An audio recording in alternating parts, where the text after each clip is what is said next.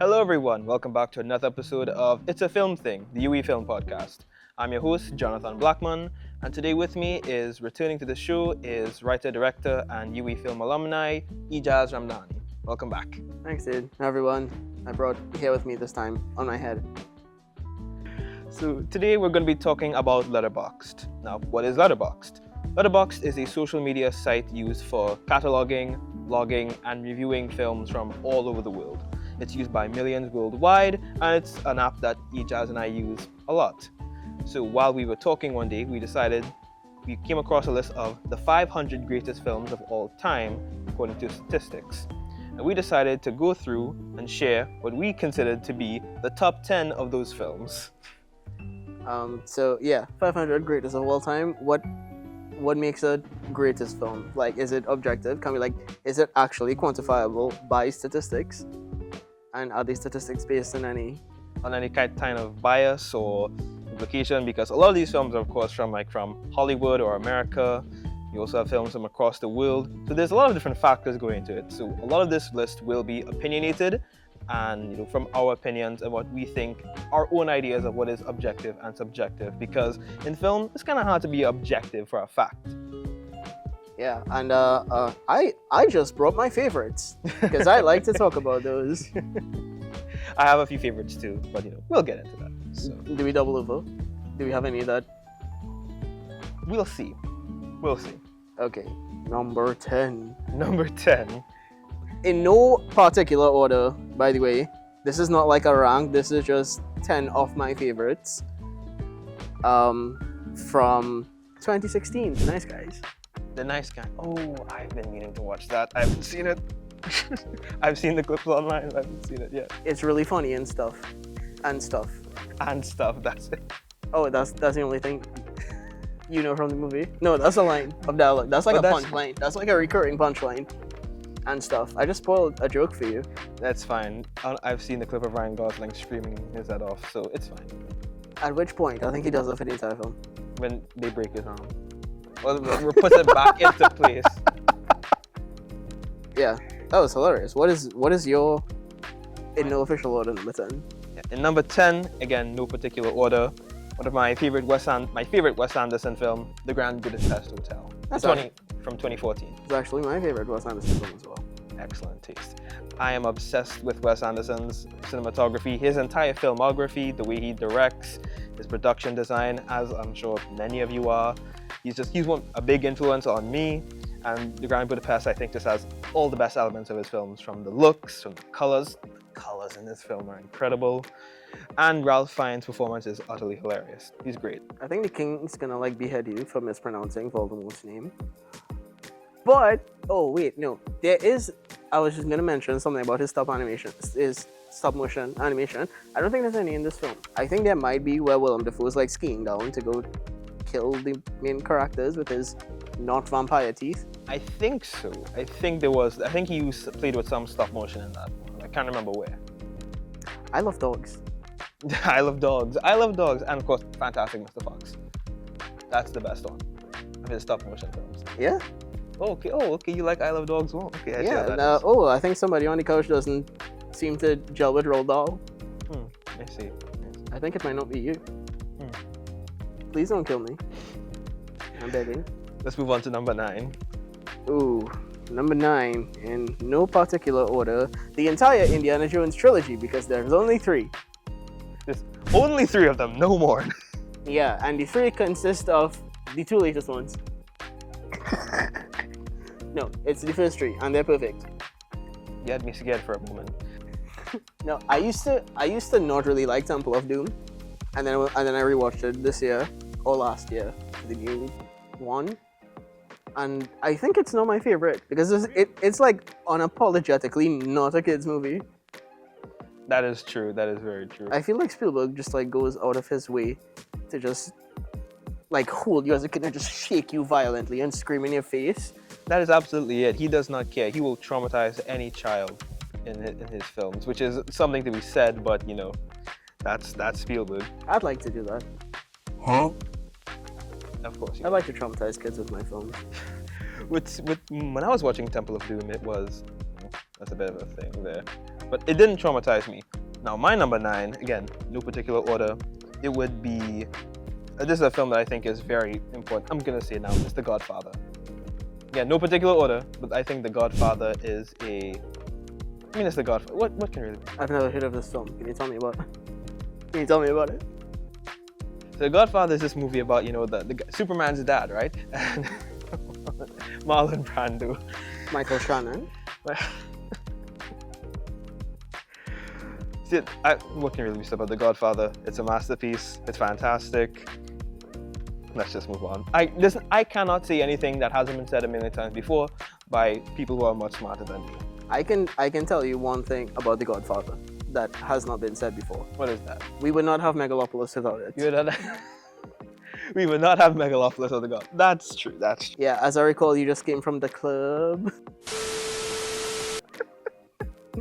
Have you seen Megalopolis, by the way? No, I'm not doing that to myself. I really want to see it though. I don't think there's been a Coppola film released in our lifetime other than Megalopolis, and it may be his last one.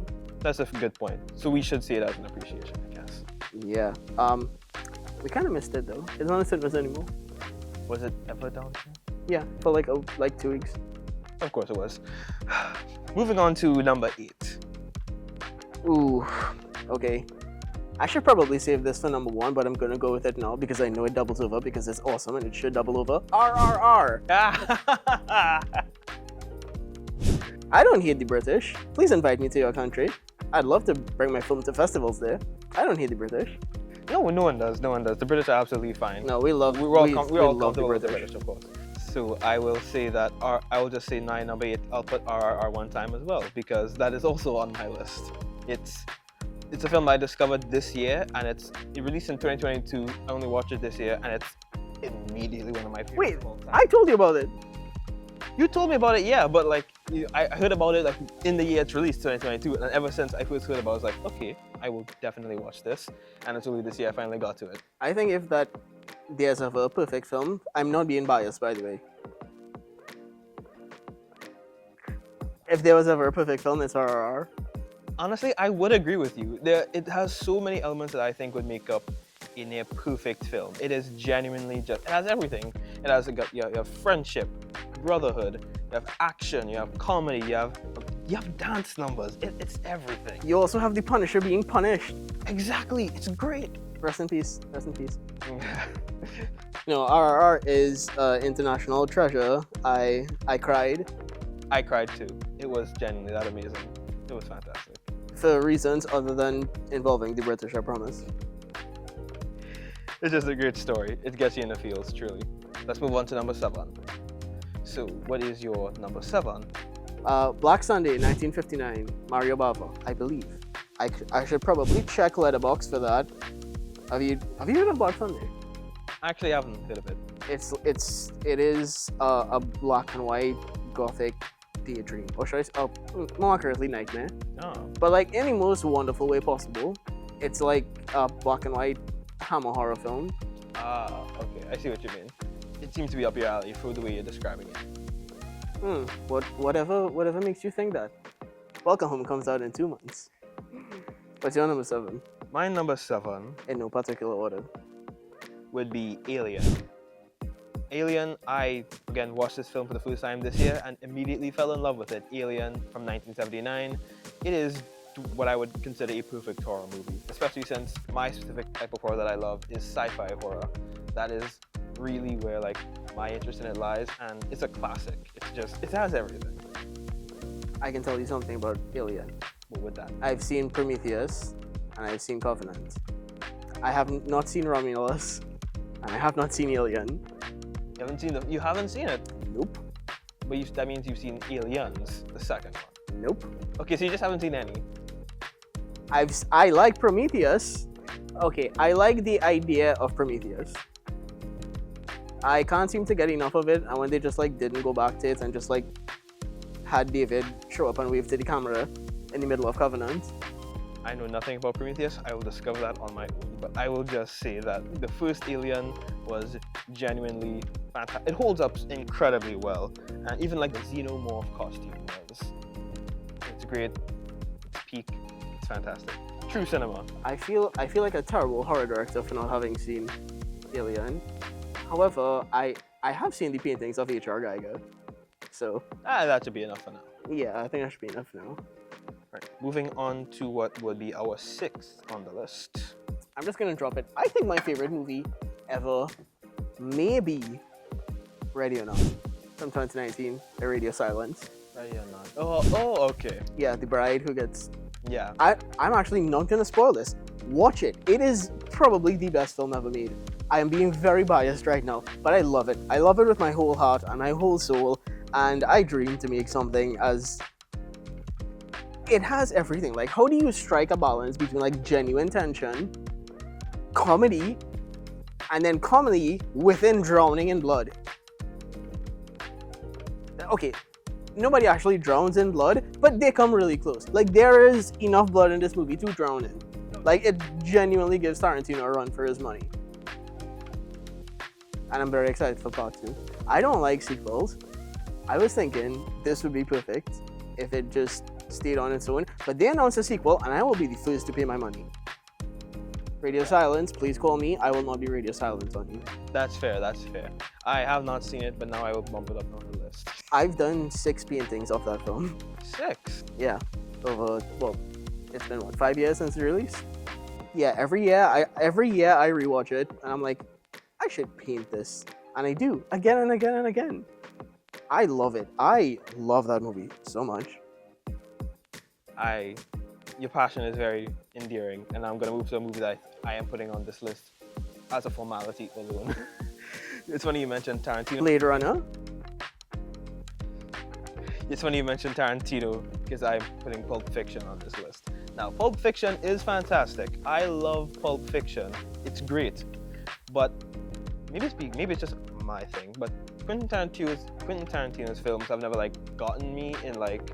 Really got me passionate or excited about them. They're great films, of course, but I feel like Tarantino is, I'm not gonna say he's overrated. He's just never been a filmmaker who's really connected with me. That being said, Pulp Fiction is a film that I think deserves to be on this list because it's just amazing. It hits so many things. It's honestly inspiring, the amount of details in it. I love the way it tells its story. Samuel L. Jackson's performance will forever live in my head rent-free. I still quote it to this day. I know it's outdated at this point, but I will keep doing it. I do not care. That film is older than you are. I know it is. Also, have you ever gone online and tried to find a Big Kahuna burger recipe? No, I'm not even gonna bother. It's pointless. I did. You did? And I tried it. Was it good? Yeah, it's pretty good. I don't know how I feel about pineapples on a burger. I love pineapples. Pineapples on a burger are good, actually. I don't know how I feel about that. I could tell you though. I think my favorite Tarantino movie might be the newest one. Really? Yeah, I think I love all of them, including My Best Friend's Birthday, that I dug up and found somewhere on YouTube. But I think I love Once Upon a Time in Hollywood. I was so close to watching that movie recently. It looks amazing. I haven't gone to it yet. I saw it twice in theaters when it came out in 2 different countries, just because I wanted to hang out with the characters more and more, and also seeing the Manson family just get their face smashed in and killed by a flamethrower is. I did not know that happens in this movie, but now I am definitely more excited to watch it. Yeah, dude. Elvis got Brad Pitted so hard. He may as well have gotten the baseball bat from Inglourious Basterds. Oh, well, that's wonderful. Okay, so let's move on to our fifth on our list, which is yours. Worst Person in the World, the Norwegian film by Joachim Trier from 2021, I believe. I recently rewatched it for the 3rd time, probably like 3 weeks ago, and I actually timed how long I cried after. Because like, it's not sad. No, per se. It's just, I think what the best art does, it's not really, give you something, but sort of holds a mirror up. And this one just like holds a mirror and beats you over the head with the mirror until it shatters and cuts you. It doesn't actually do that. I am hyperbolizing a lot, but I love it. It's just a few years in the life of its main character, just like living in Oslo. It's part 3 in Joachim's Oslo trilogy of people just living in Oslo.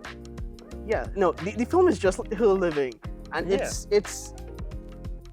it's kind of intoxicating, which is weird because the character is in like such a weird transitional place in her life, which is just horrible to be in at any given time. Like those are the most uncomfortable places to be in emotionally, and the film just lives there, and it kind of becomes intoxicating to you to just also up there with some of the best drug trips. In film. Yeah. No, I agree. When I first saw the film, I was in year 1. Oh wow, you're a baby. Yeah, so when I was watching it for the first time, I realized it was incredible, but I also noted the fact that this will hit harder for somebody who is much older than I am, or at least a few years older than I am. Right? I looked at this film and I realized immediately, it's like, this is fantastic, but I know that when I rewatch this, in a few years, it will hit me a lot harder. Because I know it's one of the few times I could think to myself where, like, watching a film here in the program, I thought, yeah, this is something that when I revisit it later on, it will definitely impact me in a much bigger way than it is now. Well, I can. Oh wow, did you intend that to be for me? No, because I honestly, that's what I was thinking. Dude, that hit me just as hard as the movie did. So I was I was like 22, I think. I'm not good at math. I'm a filmmaker.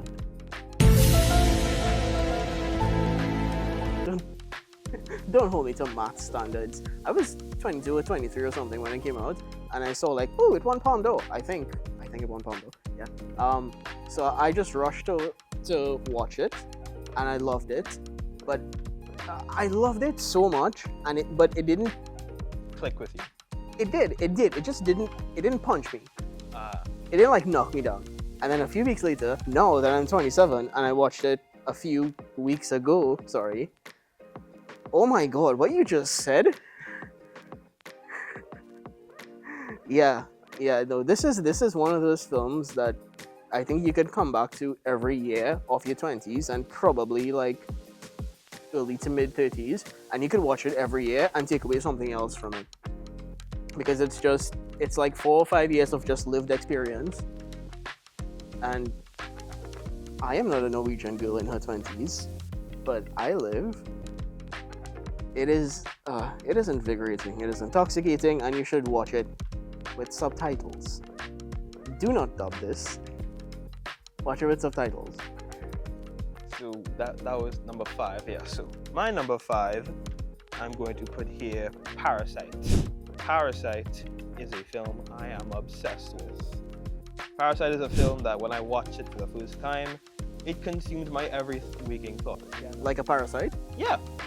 I watched it for the first time here in the program, and it was almost like it's like a third eye awakening for me, because it kind of tapped into a lot of anxieties, all these things I was becoming more aware of at the time. Like, it's commentary on class and the way it portrays the disparity between the protagonist's family and the wealthy family. I'm sadly forgetting the names at this point in time, but the way it shows the disparity between them and the way the story just flips in its midpoint, it lives in my head rent-free. It is a masterpiece in tension building. I am constantly anxious throughout that entire sequence, and then the way it builds slowly to that climax is just, it's terrifying and it's exhilarating. Like, it is just, every time I think about it, every time I see the son holding that rock, it's like... I've not actually seen Parasite. I am only just making my way through Bong Joon-ho's filmography. I just started, and I feel like I don't want to rush it, because like it genuinely is. Yeah, you don't want to rush, like, he's going through his entire filmography, because you really want to take your time. It is dense, like not in a quality. Not in a quantity way, but in a quality way. It is dense. Like, you have to sit and think and just let his films feel you. Yeah. I remember when I watched Snowpiercer for the first time, that really, wrecked me. I had to stick with that, especially with Chris Evans' performance towards the end. I like that his films. I'm gonna use a cliche and say like it actually challenges you, because the first time I watched Snowpiercer, I didn't make it through. No, granted, I was like 14. I was very young, but the second time I watched it, I needed to sit for a while after and just process. Yeah, not really process it, let it process me.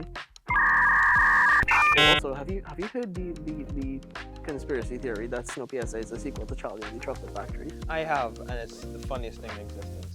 I want it to be true so bad. Except Timmy is my Charlie. So Timmy grows up to be Captain America.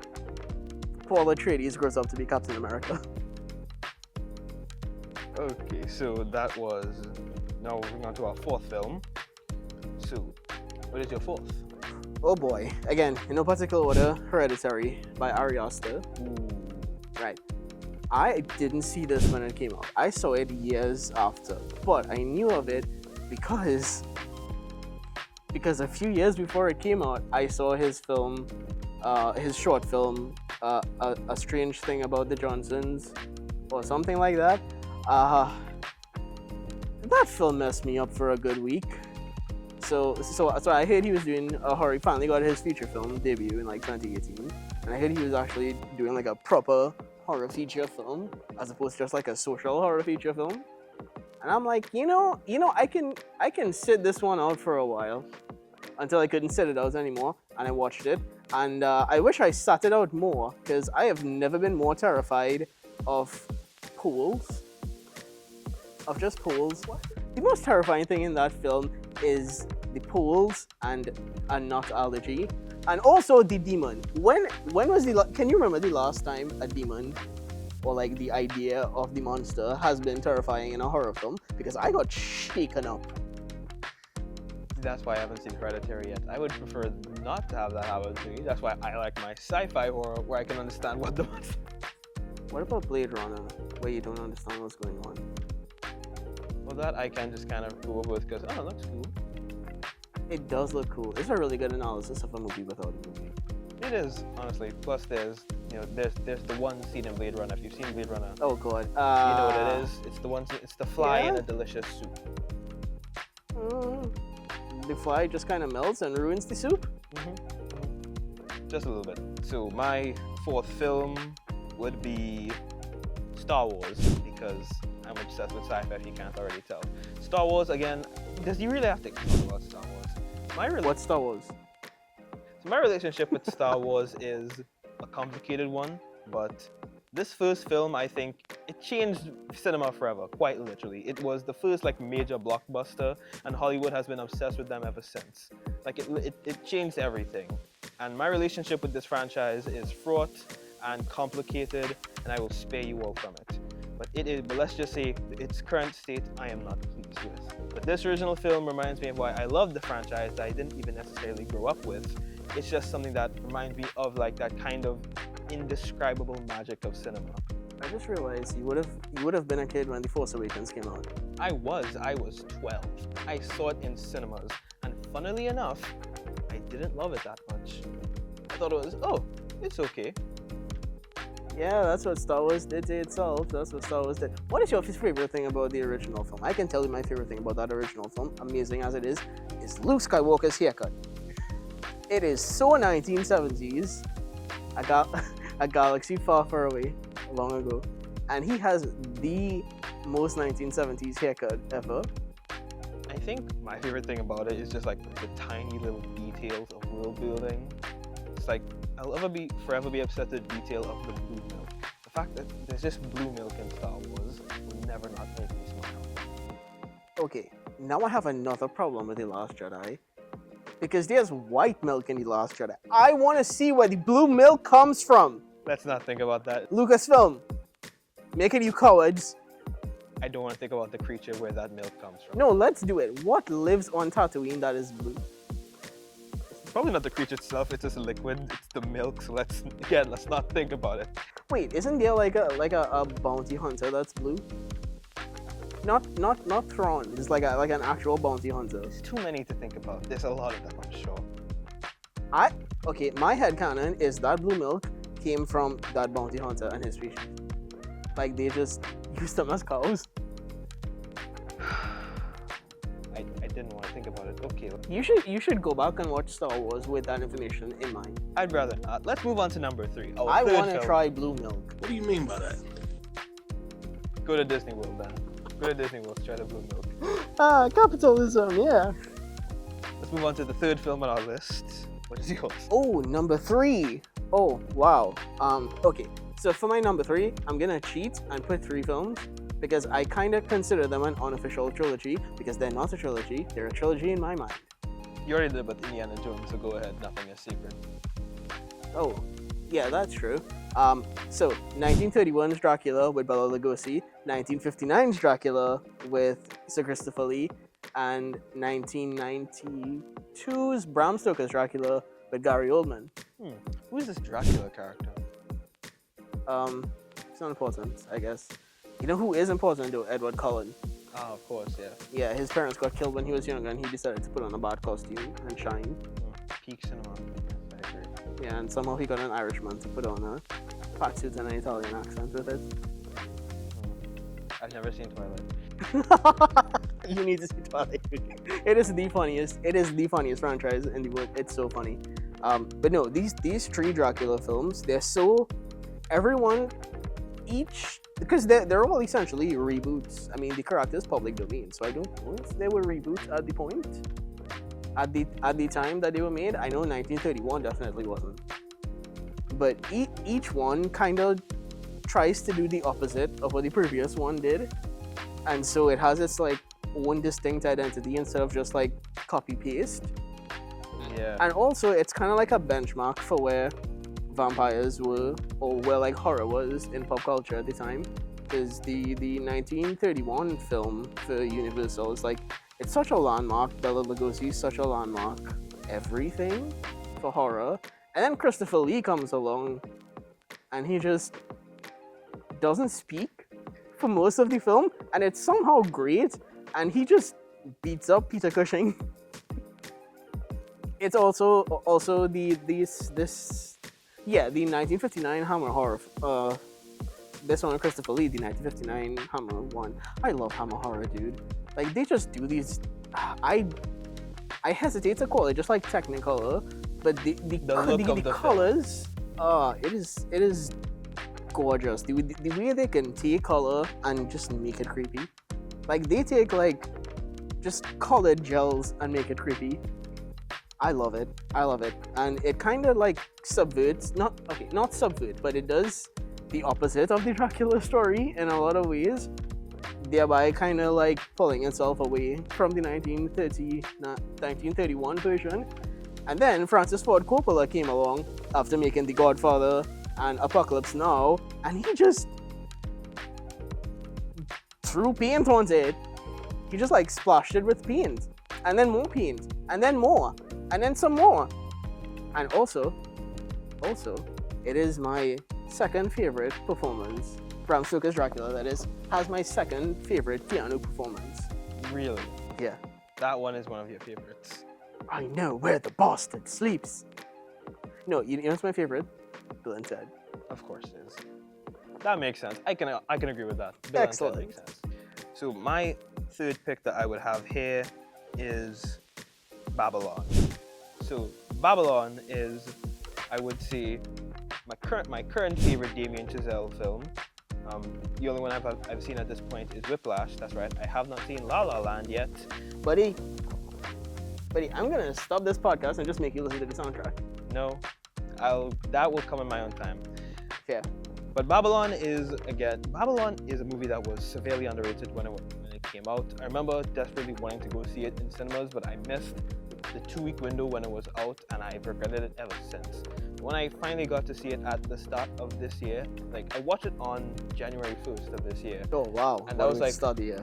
What a way to start the year, because it was fantastic.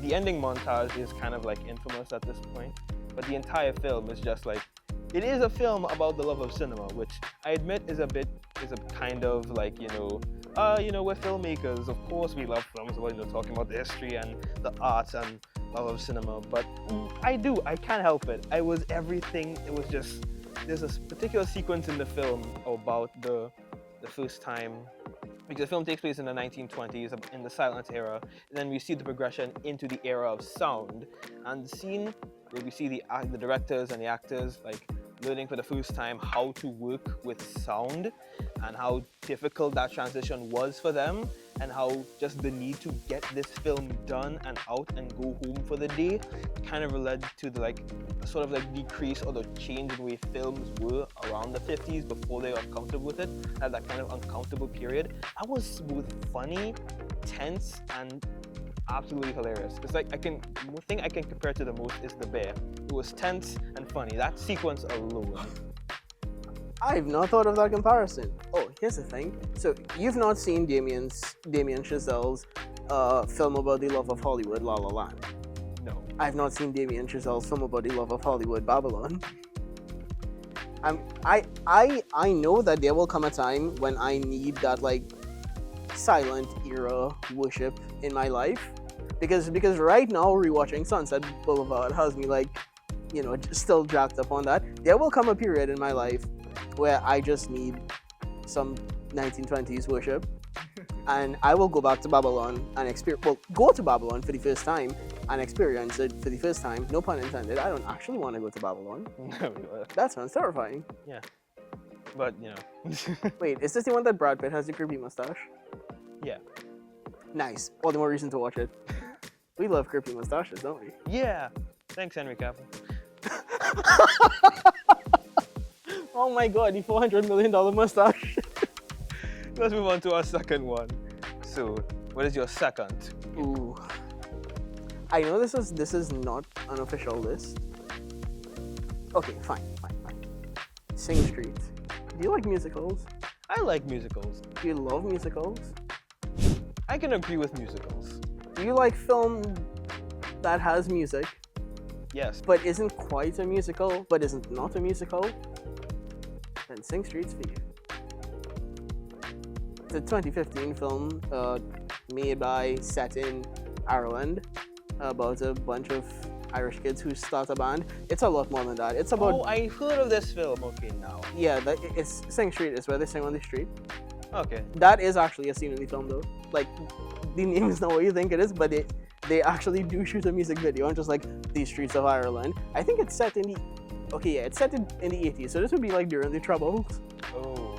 Yeah, and they just film a music video, and it's great. I saw this film, oh dear god, this film came out 9 years ago. I saw it when it first came out, and I still listen to the soundtrack daily. It is some of the best 80s music you've ever heard. It is better than some of the best 80s music that actually exists.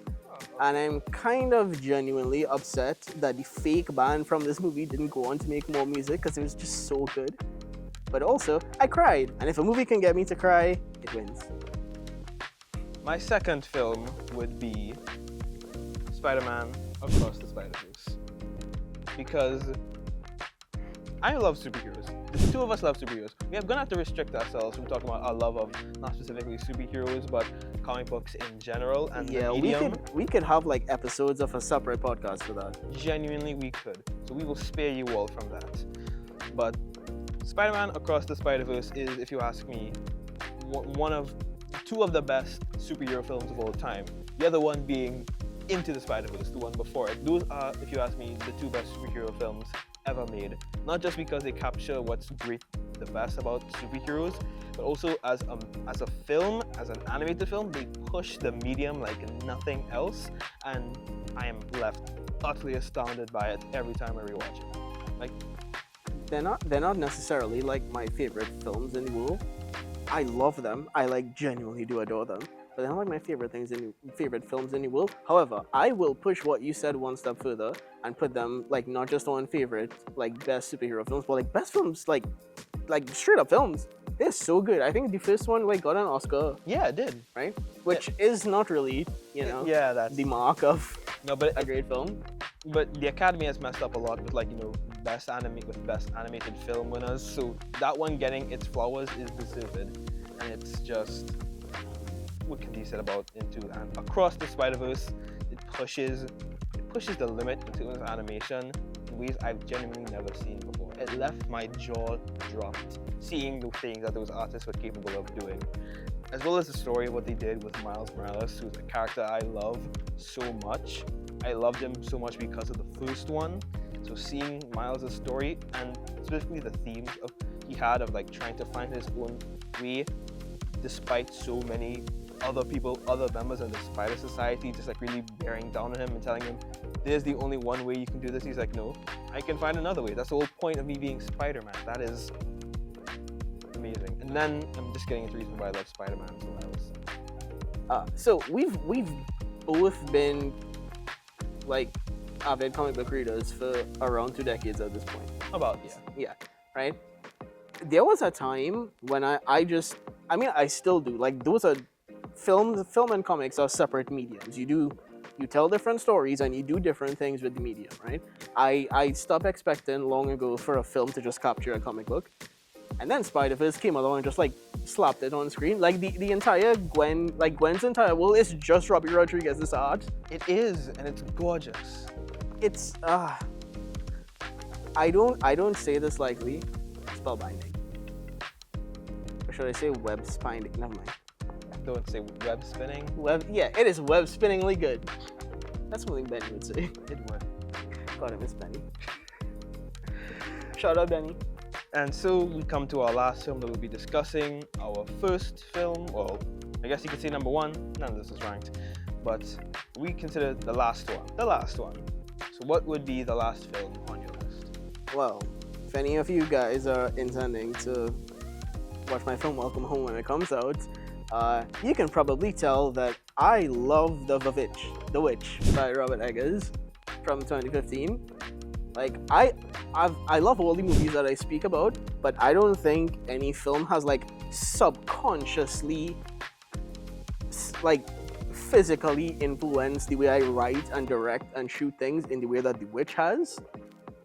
And not just like Robert Eggers generally, but like specifically The Witch. I saw that in such like a pivotal time in my life because I was only just starting to write and just like starting to figure out what my visual style is. And then that film came along and captured everything I loved about horror and folk tales and just everything and just put it on screen.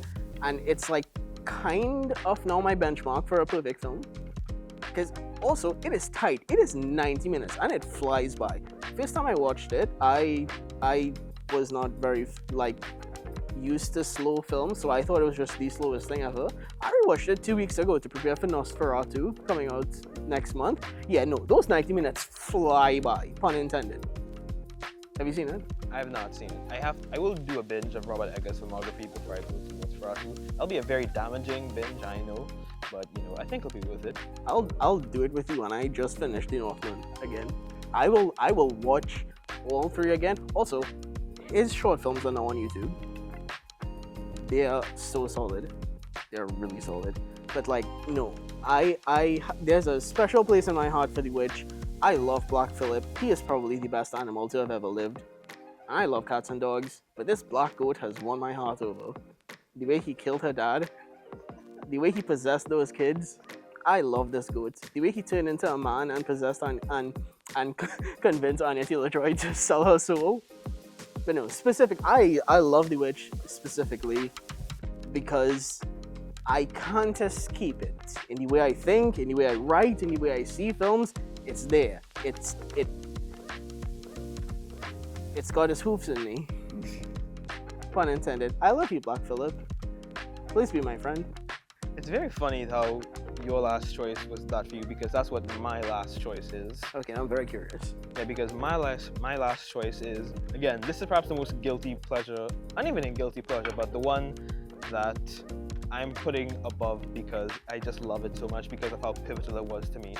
And that is Scott Pilgrim versus the World. That's not a guilty pleasure. That is a perfect film. What I are you know. talking about? When I say guilty pleasure, you know what I mean. But like, I don't consider it to be like one of like the greatest of all time. Probably because I've now read the comics it's based off of, so I don't think of it that highly anymore. But it is, I would consider, a near perfect film. and I am completely obsessed with it. It is a part of my being. I would say it's in my veins almost, because I watched it at a very pivotal point in my time, in my life, because I watched it during COVID. Oh, and no, we yeah. don't talk about that. Yeah, we have What to. are you doing? We have to talk about It's COVID. not real. We just lost 2.5 years of our lives. You have to let it go. When I saw it, that was, when I saw it, my brother and my cousin introduced it to me, and when I saw it, I was like, it was like nothing like I'd ever seen before. I'd seen one Edgar Wright film before that, which was Baby Driver, but this was like to the next level. It was absolutely insane, and it is in many ways something that influences my own writing, the way I think about films, the way I think about characters, my sense of comedy, honestly. It's why I so desperately want to make more comedic Caribbean films, because because one of the things about the Caribbean I love a lot is how we can laugh at anything, and it's I don't think just, we have a choice. we don't have a choice, but that's what I love. We can just laugh at so many things, which is both a good thing and kind of a thing that we need to really look at seriously and understand why we do that. But it really has influenced my sense of comedy and comedic timing. One of the best jokes ever is when Knives opens the door and it's like, Scott jumps out the window. yes, that is the funniest ever. It is hilarious. Have you seen the behind the scenes? They did that. Michael Cera tried to not bash his head and he just jumped out the window. It was insane. It was amazing. It's amazing. What I love about one of the 500 million billion things that I love about Scott Pilgrim is the editing. The editing is fantastic. It is so fantastic. But I have like a serious problem with comedy films that kind of just holds up the camera to show two actors just telling jokes at each other. No, film is a language.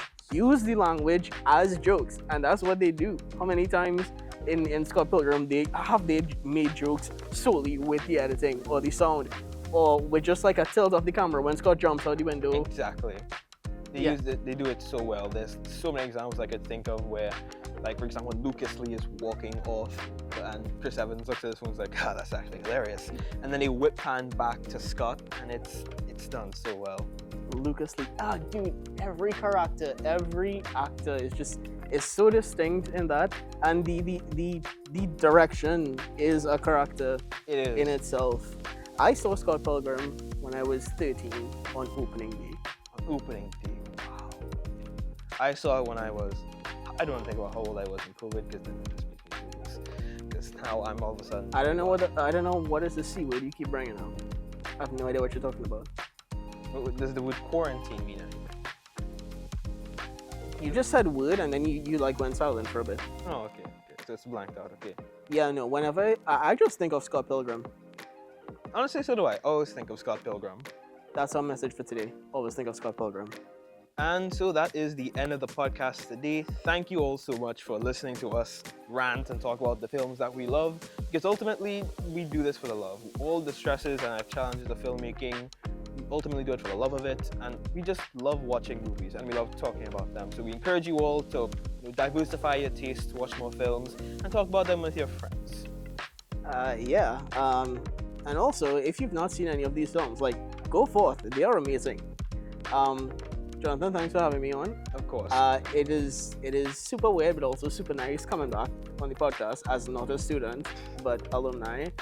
And now I have a film of my own. I have my short film, Welcome Home, it should be out in a couple months. So stay on the lookout for that. I'm gonna be putting it everywhere that I can.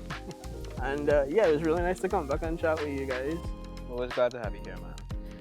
And with that, we hope you tune in next time. Thank you for listening, and we'll see you all later. Bye. Hey.